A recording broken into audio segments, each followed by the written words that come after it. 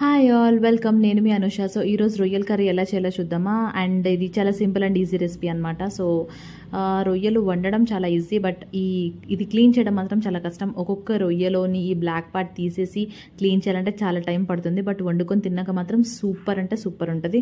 So worth it అనమాట. So నేను ఇక్కడ ఫస్ట్ ఏం చేస్తానంటే దీనికి మసాలా ప్రిపేర్ చేసుకుంటున్నాను. నేను చూపిస్తున్న మసాలా మొత్తం అన్ని నీట్గా ఫ్రై చేసుకొని మిక్సీ పట్టుకోవాలి.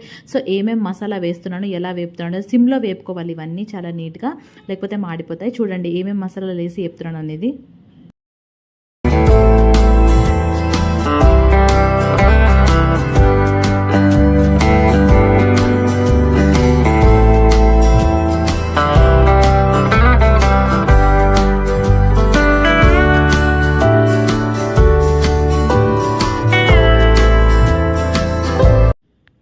సో చూసారు కదా ఏమేమి మసాలాస్ పేస్ట్ చేశానో. సో దాంట్లోనే అల్లం వెల్లుల్లి కూడా వేసేసి అది కూడా పేస్ట్ చేసేసాను.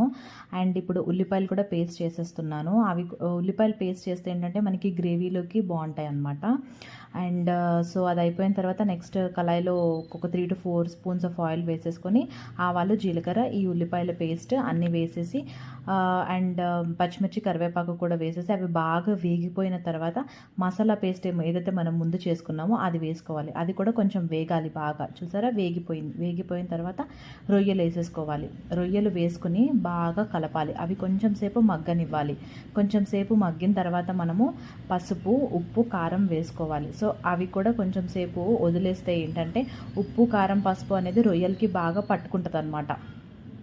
సో అందుకని అవి కూడా వేసేసి కొంచెం సేపు ఒక 5 to 10 minutes మగ్గనివ్వాలి రొయ్యల్ని బాగా.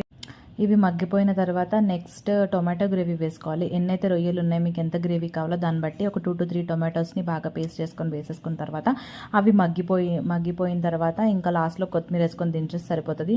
సో యమ్మీ టేస్టీ రొయ్యల కర్రీ రెడీ అయిపోయింది. సో ఇది మీరు కూడా ట్రై చేయండి. ట్రై చేసి ఎలా వచ్చిందో నాకు కింద కమెంట్ చేసి చెప్పండి తప్పకుండా. సో ఇదండి ఇవాల్టి వ్లాగ్. సో నచ్చితే లైక్ చేయండి. నా ఛానల్ని సబ్స్క్రైబ్ చేయడం మాత్రం మర్చిపోకండి. Thank you all. Keep supporting. Bye bye. Have a good day.